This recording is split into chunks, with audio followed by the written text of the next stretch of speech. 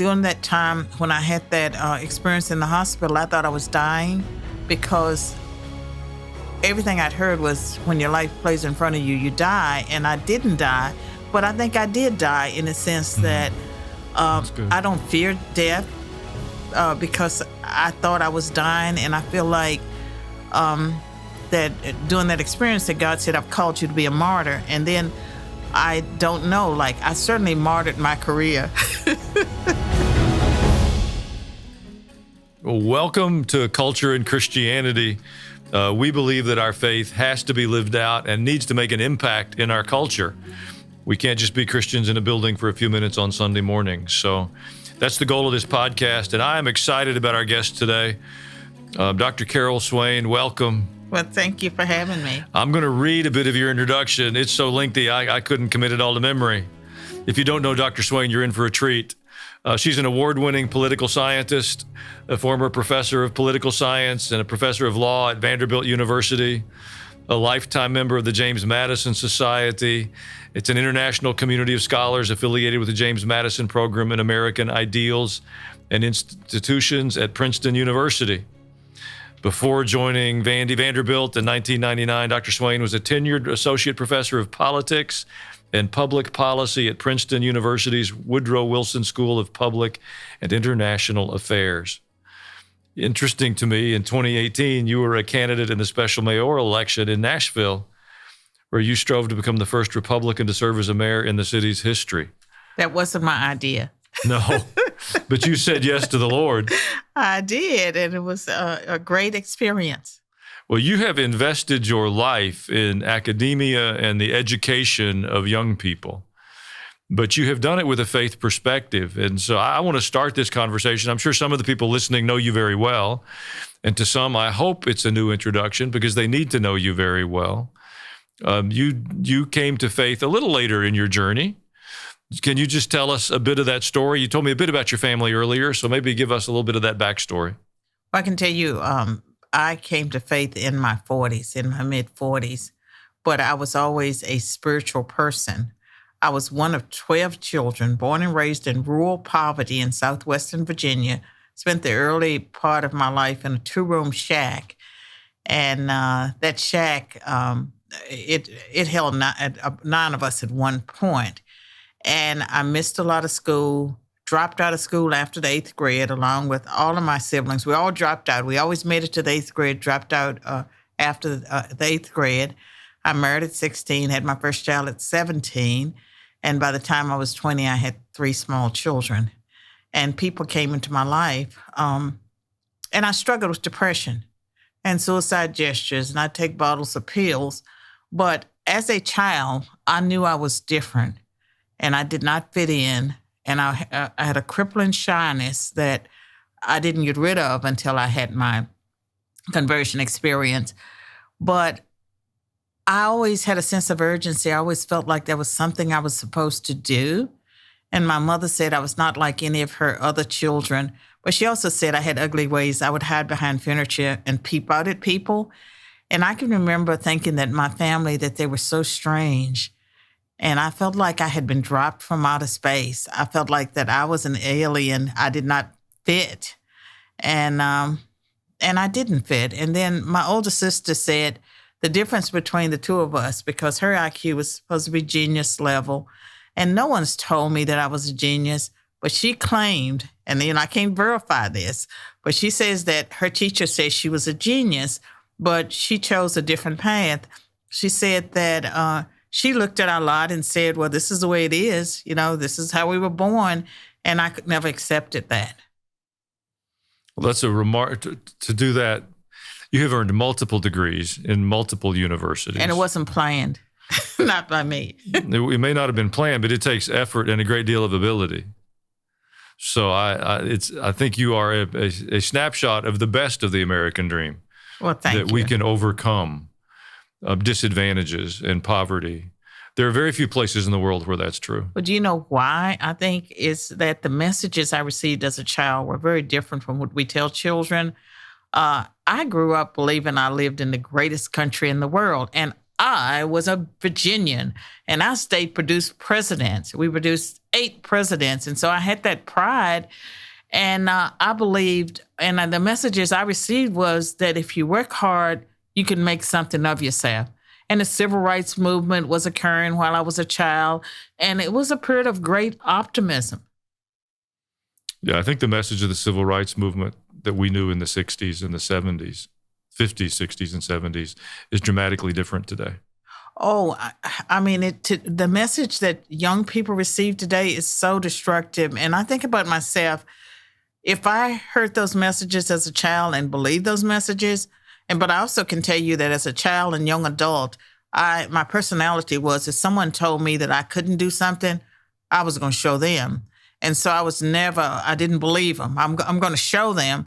But if you actually believe the messages that for me, you're Black, you're poor, and then when I was a teen wife and mother, all of these things that I would have had stacked against me, if I had internalized those messages that I would learn about in graduate school. In fact, I was in graduate school before I learned that I was Black and I was poor and I was a woman and I wasn't supposed to have done any of the things that I had accomplished at that point. That's a joke. No, but I understand. I struggled in graduate school because my very existence defied the messages that they were giving out in the sociology classes and in the various classes that people like me can't make it, and yet I did because I didn't know I was supposed to fail. Yeah, I don't think the average person or parent understands the degree to which our current academic system, particularly higher level education, intends to tear down value systems and reconstruct a Marxist worldview in the hearts of our kids. Right. And I can see now what the professors I clashed with were trying to do. And I remember a political science class where I don't know what I said, but the white female professor that later chose a lesbian lifestyle, she was married in that class, she yelled at me, "You'll never be able to change the fact that you're a Black woman." And I was shocked, and I guess she was shocked, and she sent us off on a break. But it was like what I heard her saying was that I was handicapped whether I knew it or not. And that handicap was something, that I was going to find out about. That's unbelievable. You told me a fun story on a break we had a few minutes ago about your time at Princeton. Yes. And because that's really where your faith changed and your life changed. And yes. it changed your position at Princeton a bit, or at least your relationship to that institution. Can you tell us a bit of that story? Well, first I can tell you that in my early adulthood, my journey took me many places, the spiritual part of it, Jehovah's Witness. I was interested in Edgar Cayce, out-of-body experiences, anything that was New Age. And so that was the spiritual dimension, but I believed one God, many paths. And I was obsessed with getting tenure. And I had to prove that someone from my background could go to Princeton University as a faculty member and get early tenure. That was my goal. And when they hired me, I told them I would do it in 3 years. And the people that hired me said they believed I could do it. They told me what I needed to hear. And one of the professors said the only way you can fail here is if you're in a car accident, your brain's outside your head. Well, I did go up for early tenure, and I was able to get that early tenure, but then I was just totally disillusioned. And so I got the tenure. I won, 3 national prizes. My first book cited by the U.S. Supreme Court. In 2023, December, I learned that what was the current president of Harvard University had plagiarized that book. But I did not get satisfaction. And that's my long way of telling you the story. When you get tenure at an institution, Ivy League or Tier 1 university, it's like that good housekeeping seal of approval. It means that you're one of them. And so they gave that to me. And, I had the awards, and I can argue I earned tenure the old-fashioned way. But then I had the Christian conversion experience. Because I did not get satisfaction from the prizes and the awards and, the emptiness that you have when you don't have God, it's not filled by achievement. And so all the things that I thought would bring satisfaction, it did not bring satisfaction. And so I was still unhappy, and I went on this journey, and I ended up having a Christian conversion experience. And I'm probably a person that can't tell you the moment I got saved, because I had a religious experience when I was 13. And I wonder, well, that was when I realized there was a God. Was that when I got saved? But what happened in Princeton was I was in a hospital for a medical condition, and I had the experience of my life playing in front of me, like with a narrator, showing me different points along the way and choices I had made. And during that time, I was very depressed and unhappy. And I had been reading the Bible, and there was a Princeton a woman at the Woodrow Wilson School that had been a diplomat, and she had talked to me about Jesus, and I may have said the sinner's prayer with her, but I was not really into it. So I don't know when I got saved, but in that experience, it was like there was a narrator telling me, showing me different points in my life, choices I had made, and asked me, what was it going to be? And I believed in reincarnation then. I heard the narrator of my experience saying, you'll not be born again. And I'm thinking, have I reached the top of my karmic link? I'll not be born again. And so now I understand it as a Christian. But at that hospital, there was a Black Pentecostal chaplain. And that was not a community that was diverse. There's no way you get a Black Pentecostal chaplain. And my dad had been a Pentecostal. And so he talked to me about Jesus. And I can remember telling him that I was a bad person, that if he talked with me, that he'd be lost. And so any self-respecting Black Pentecostal pastor will rebuke that spirit. And so that's what he did. And there was a Black cleaning lady, and she threw a book that I have now about Jesus in my hospital bed and said, this is all you need. And that was like a turning point. And that Black Pentecostal pastor arranged for me to get baptized in Trenton I think it was in February, in a cold metal tub of ice water. And you had to love Jesus to do that.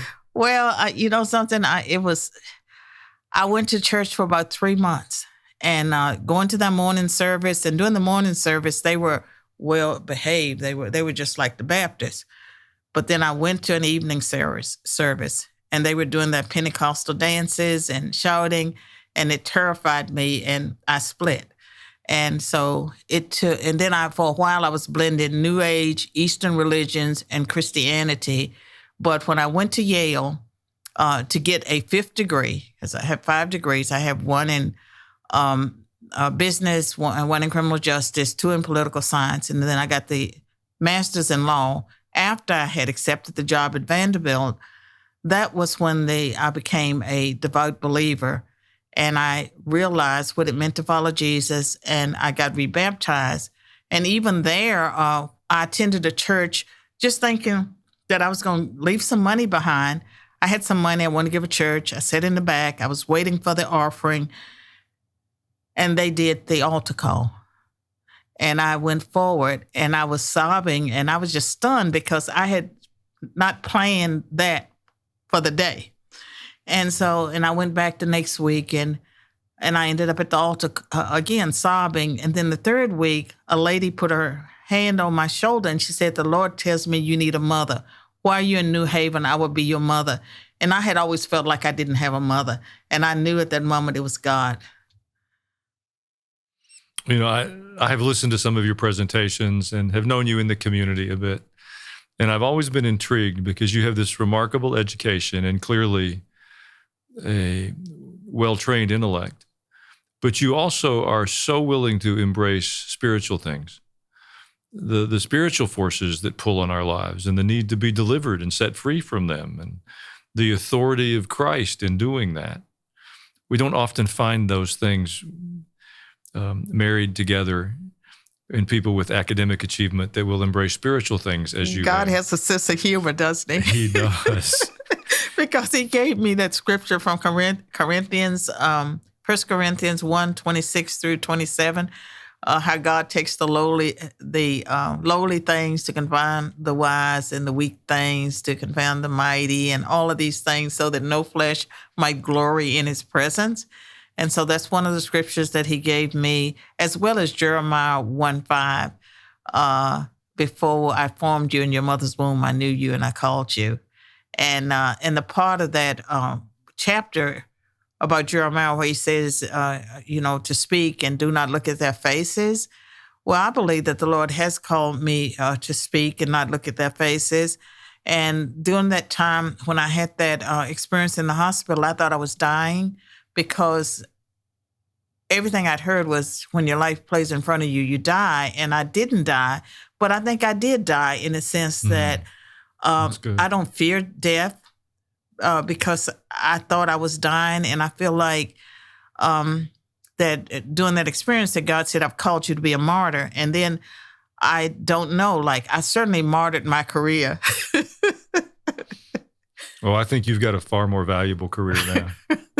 I think the return on this career will be far greater. I know. And so like for me, I know that we had this one life to live, and I want my life to count for something. And I want to hear God say, well done, my good and faithful servant, well done. And so, and the thing I learned too is, people that want to mock you, they're going to mock you anyway. And so, your story reminds me a great deal of the Apostle Paul. He said of himself, he was a Pharisee of the Pharisees. His academic credentials were unimpeachable. He was on the fast track, had achieved so much, and then he met Jesus. Well, I felt like Paul on the road to Damascus, because it just turned me around like 360 degrees, and the Lord took away my shyness. And up until that point, I would always try to write out what I was going to say if I was going to introduce someone. And when I was teaching, it was torturous, because I'd be trying to write out everything. And it's almost like instantly God took away that fear of public speaking, and I could speak without clutching the lectern. And then I could walk out into the audience like Oprah, and all of a sudden, and then I decided, or I felt like the Lord said, I've given you a message, bigger than you, and that he was the only one I had to please. And I knew that when I was shy, I was so afraid of people laughing at me because of my funny Southern accent, or I'd make a grammatical mistake, or they would hear my background in my accent. All of those things kept me silent. But when God really impressed my mind that he'd given me a message bigger than me, and that I should speak, and he was the only one I had to please, I was freed in a way that that's how I'm able to do the things I have done. And he also delivered me from shyness, from not just shyness, from depression. But I have to confess, too, that after I went through turmoil at Vanderbilt, and during the time I was making my separation and I took the early retirement, I realized that my identity wasn't in Christ. It was in being a university professor. And so I grieved it, and I sort of went back into depression, not suicidal depression, but I felt the loss. It was like, this is the only thing I know how to do. And it took me, 2 years to sort of reinvent myself, or, for God to bring me out in a new form. Well, change is not easy. I know. I don't think what you describe is a sign of weakness. I think that's a description of transition. And if there's people listening to us going through transitions, it doesn't mean you're weak because you struggle with that. Change is hard. But the Lord has written a whole new future for you. And you know something, if that hadn't happened around the Islam and op-ed I wrote, and that the factors that led to me leaving academia, I'm reaching, millions of people now. I would never have been able to reach those people in the classroom. And tenure, as you know, at the university, it's a cushy position. No one in their right mind gives up that tenure and walks away. I did. I'm telling you, it's more like Apostle Paul every day. I want to change directions just a bit. I have such compassion on parents that have children in schools these days, public schools, particularly the younger kids. I think it's such a difficult environment, and the economy's difficult. So a lot of homes, both parents are working. Their time is really limited. And I know the ones who have a heart for their kids, they want to help them. Can you coach them a little bit on what to do to help their kids not be indoctrinated in a system that has some weaknesses, but we still have an opportunity to educate our children? It's important. I mean, I have to be honest and real. Please. That the government schools, and I'm going to call public schools government schools, because of the National Education Association and the teachers' unions, they have a clear agenda that's Marxist. And it's even more than that. I mean, they expose children to books about suicide ideation, about, the LGBTQ agenda of causing little children to question, telling them that their sex was assigned at birth. They may not really be a little boy or a little girl. Can you imagine the confusion for little children? And so if you're in public schools, you're almost certain that your child will be exposed to that. I think parents can find like-minded parents and band together and push back. But even here in a state like Tennessee, where we have conservatives in control, you still have all of this in the school. We've passed legislation banning critical race theory and other ideologies, but it's still there because the teachers, many of them, have vowed to fight it. And here's something else that's terribly, terribly serious, is that I know that teachers who have won awards because they're gifted teachers, they were called into teaching to be a teacher. They have been handed scripts that education has moved in a way that teachers are supposed to teach out of materials following a script. And so that constrains those teachers, and it means any idiot can follow a script. And the teachers that are gifted, with math or whatever, and they come up with their own creative ways of teaching, their hands are often tied. And I find myself urging parents, unless, if they can, to homeschool. And it's not necessarily that difficult because there are co-ops and there are resources to do that, or to send their children to a classical Christian school. And many of those classical Christian schools are affordable. And so I think that those are options. But at the same time, I think that we have to save the public schools. We pay taxes. We support those schools.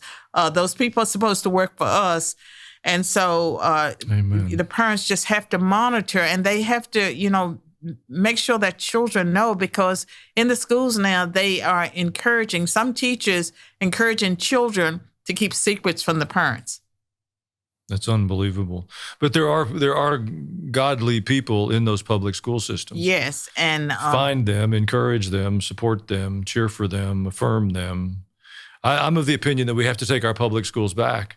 I agree. We can't surrender public education and abandon the children. No, we're paying for the public education, and what they're doing is really messing up kids. It used to be college students only that they mess with their minds, and now it's our children. That's true. And one of the reasons I got involved with the battle against critical race theory and critical theory is that, friends of mine, and just so many stories of little white children, I'm talking about first graders coming home crying because they had been shown inappropriate material. You don't take a first grader and show them the civil rights movement with the dog sicked on the children or on the marchers, but material that maybe if they were in middle school or high school, it's okay to see some of this material. But it was really about white privilege. And they have really shamed a lot of white children, teenagers as well as the younger kids, that if they have two parents who love them, they should be ashamed of that, because that's privilege. You know something? Anyone who has parents who love them and they have a mother and dad, they are privileged. We call it a blessing within the church. That is a blessing. It's not something to be ashamed of. There's a lot of wisdom there. What about, I think even the Christian universities are struggling with this because they want the approval in the academic system and the places. They're not struggling. They've just surrendered to it. Well, you said it more plainly than I do. But the parents need to know that. It's a shame. And I could name universities in Middle Tennessee. I could name universities that are close to Vanderbilt, where the left has taken over and young people have gone there. Parents, been funding these universities. They send their children there. sometimes the children totally lose their faith. And I've even heard of suicides. I've heard of things that were very dark that took place in those atmospheres, even where the university presidents are getting money, Christian money, and saying that this is a Christian education. It is not a Christian education. And the Marxists, their agenda, the Marxists and the Fabian socialists, for people that that have studied philosophy, it was all about infiltration, deception, manipulation. And so they've gone into the higher education, now K through 12, and they have really basically indoctrinated the children with something that is not life-giving, it's life-killing. Well, they're not educating; it's propaganda. It's not educating at all. And I'm very encouraged by. I speak at homeschooling conferences. With the knowledge those young people have, even the little ones, they know the Constitution, they know the Bible, and many times they have a side job, that they have an egg business or they have an art business. They're doing all kinds of things on the side. They're baking, and they're getting a real education. And the classical Christian schools are popping up, and I understand the Southern Baptists, a denomination that I'm a part of, they, are struggling. They're struggling because progressives have infiltrated their convention. But the other part of it is that they are seeing the need, and they're encouraging churches to set up schools. And whether those schools will be great depends on the faculty and who runs them. But they realize that the government schools are not the solution. And to your point about public schools, I recently spoke to 400 teachers of public schools that had left teachers' unions. And they were Christian, and they were people that felt like God had called them to be in the public schools. And I do believe that God calls teachers and some young people. Some young people can be the witness there, and they can survive public schools, and they know right from wrong. And one of the reasons we know how bad it is in public schools is that some of those children have carried materials home to their parents. And so they know, they're listening. They know when they hear something. They know when that teacher does something inappropriate. And so they're snitching. They're not snitching. That's not a positive thing. They are actually giving the parents the information they need to push back. Absolutely. We've been having a struggle in our community with the school board and the libraries. The library is determined to keep books in those libraries that are obscene. And we've had a few victories lately, but it's a difficult battle. Are they doing the drag queen story hour? Well, we did that in our city, and the city responded, fortunately.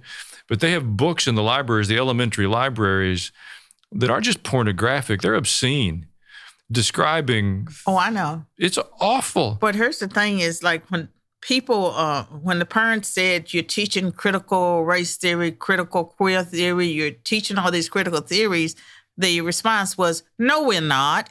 Those are college level courses. No one is naming these people. Well, the people that are steeped in the critical theories, they have produced all kinds of materials. And even Black Lives Matter has a curriculum. And so they have videos, they have books, they have things that are geared towards politicizing and indoctrinating kids K through 12. And in the public schools, the children are going to be exposed to it. We have to continue to fight back. And in a conservative state or a red state like Tennessee, it shouldn't be the case. It should not be the case. And so, we do have power. We pay taxes to support schools. And there has been a mass exodus of students. And Black and Latino parents have sort of been, I think they're having the greatest growth in pulling out of the public schools and moving towards homeschooling. Well, our listeners know my opinion, but I want to ask yours. The people that are proponents of this stuff in the libraries say that when we come and say it's not appropriate, that we're in favor of banning books. I think that's a manipulation of language, but you're the expert. They do. I mean, everything's a manipulation of language. The meanings of words have been changed. And so, of course, they always accuse people of what they're doing. And those books are there for a purpose, and the purpose is to steal the innocence of our children. And it makes it easier for the pedophilia, the pedophiles, and the people that are grooming children, because once they get exposed to these things, they get exposed to really pornography through the books and through the guise of learning. Then it makes it easier for them to be seduced by adults. They have a clear plan of what they're doing. Well, and it isn't just intellectual. It opens their spirits to those things. Oh, I know. And they become so much more spiritually vulnerable. It's evil. And I can tell you, this is kind of off point, but I can tell you that during the time in my journey when I was reading the New Age and the various kinds of books, that it opened the door to supernatural, demonic experiences. And one of the things that the Lord did for me after I had my conversion experience was teach me spiritual warfare. And so I really, some of it, Dirk Prince, books about spiritual warfare. But, eventually I went to a pastor that was focused on deliverance and stuff like that, because I had opened the door through the things I was reading to the supernatural experiences. And there is a supernatural world. And even as a child, I knew that there was a supernatural world.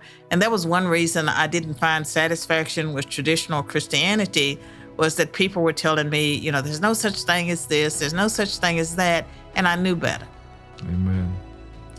Well, Dr. Swain, every time I have an opportunity to talk or listen to you, I want to extend the time. Perhaps you'd come back to Murfreesboro and we could pick this up again. I would love to. There's so many issues and so much at stake. And right now I'm really grieving for our nation. I feel like, for one thing, America, as we've known it, it seems to be like it's over. And as a Christian, maybe this has to happen. Maybe this has to happen for Jesus to return. But I love America, or not this version of it, the old version of it. And so it grieves me where we are in history. And I feel like fasting, praying, and having courage. And that people that are trying to be silent, they're trying to get along and go along, that they're being short-sighted. They're focusing on themselves, but while they're focused on themselves and their comfort, their children and their grandchildren, and they're not doing anything to make the world better for them if they're just worried about themselves. In Romans, we're told to overcome evil. And I think the church now for too long has been trying to overlook evil. Right. That's not the same. Because we want to be loved. Yeah. I'd rather the Lord be pleased with me than be loved by the devil. Right. Well, thank you so much. You are a treasure. Thank you. I mean, I know you're in Tennessee, so I think you're a treasure to Tennessee, but you're a treasure to the body of Christ and to our nation. Thank you for your courage and your boldness. You got something better than tenure. You got an assignment from the King. Thank you. And to all of you, no matter what the circumstances of your beginning, God has a plan for your life. And if you will say yes to Him and put in the work and make the effort and continue to yield, God will bring a fruitfulness to your life that nobody would believe other than God. Dr. Swain is an example of that. I know I'm an example of that. And I believe you can be an example of that too. Amen. I've heard it said that Jesus wasn't involved in culture, that He was a theologian. Well, I'm quite certain the devil wants us to believe that. We have to take our faith outside the walls of the church and live it out in the world in which we find ourselves. I've written a new book, Jesus, His Followers, and Politics. It helps us take our biblical worldview into the culture and be difference makers. Folks, we can't hide in the churches and preach sermons. We've got to make an impact in this world with the good news of Jesus Christ. This book will give you a template, a roadmap for doing just that. I believe it'll be a blessing to you. So many things that our culture calls political are actually biblical. Let's focus on following God, and He'll provide all we need to take His truth to the people around us. Request your copy of Pastor Allen's new book, Jesus, His Followers, and Politics, when you donate $25 or more today. Just go to allenjackson.com or call 800-880-5102. Hey, thanks for joining me today. Before you go, please like the podcast and leave a comment so more people can hear about this topic too. If you haven't yet, be sure to subscribe to Alan Jackson Ministries YouTube channel and follow the Culture and Christianity podcast on Spotify, Apple Podcast, or wherever you get your podcast. Together, let's learn how to lead with our faith and change our culture. I'll see you next time.